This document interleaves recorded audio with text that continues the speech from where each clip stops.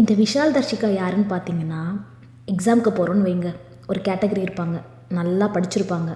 அவங்க படித்த படிப்புக்கு 90% வரும். ஆனால் அடிஷ்னலாக கேர்ஃபுல்லாக இருக்கிறங்கிற பேரில் 2 பேனா, ஏன் 2 வாட்ச் எடுத்துகிட்டு போய் டைம் பார்த்துட்டு எழுதுனா கூட ஓகே, கூடவே பிட்டு பேப்பரும் எடுத்துகிட்டு போய் ஃபேக்கல்ட்டி கிட்ட மாட்டி எக்ஸாம் ஹாலில் இருந்து பாதியிலே துரத்தி விட்டு எக்ஸாமில் ஃபெயில் ஆவாங்களே அந்த கேஸு.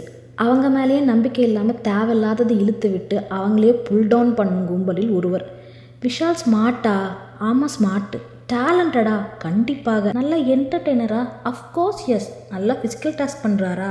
அடா ஆமாம். தர்ஷிகா கூட கிட்டத்தட்ட அப்படி தான். ஆனால் தேவையே இல்லாமல் லவ் கண்டென்ட்டுங்கிற பேரில் கிரிஞ்சு, இல்லை அதுக்கும் மேலே மௌனராகமில் சொல்கிற மாதிரி கம்பளி பூச்சி ஊடுற மாதிரி இருக்குது அவங்க ரொமான்ஸ் பண்ணுறதை பார்த்தா. காதல் பண்ணுற கப்புள்ஸ் மாதிரியே தெரியல, கள்ளக்காதல் பண்ணுற கப்புள்ஸ் மாதிரி இருக்குது அப்படின்னு எனக்கு தோணுது.